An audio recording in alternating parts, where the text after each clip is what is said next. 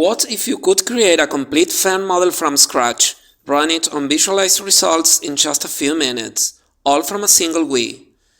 Today I will show a full axisymmetric implicit forming workflow using my FEM environment.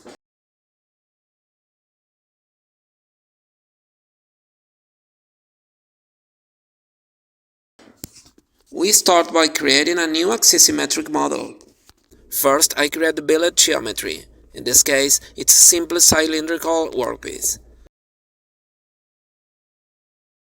Then I create two rigid bodies that will act as compression tools. Both profiles have a diameter of 4 cm. The idea is to keep the setup minimal while still showing the complete workflow from model creation to results visualization. Next comes the mesh generation stage.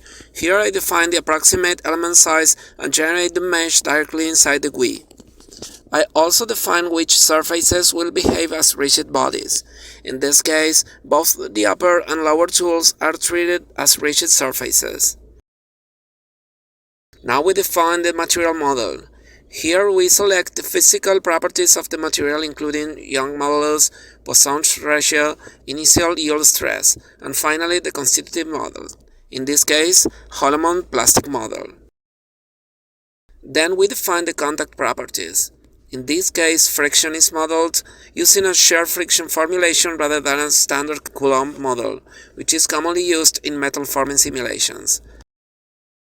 Next, we define the boundary conditions. The upper right rigid tool is selected as the moving part and a prescribed velocity is applied. For this demo, I select the implicit solver. This is a quasi-static viscoplastic formulation designed for large deformation processes.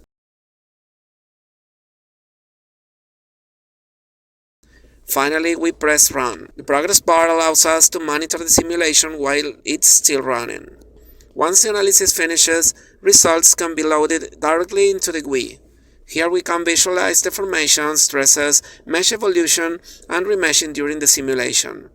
The entire workflow, from geometry creation to post-processing, happens inside the same environment. And this is still only the early version. More demos and downloadable binaries will be available soon, including additional implicit and explicit forming examples. Thanks for watching.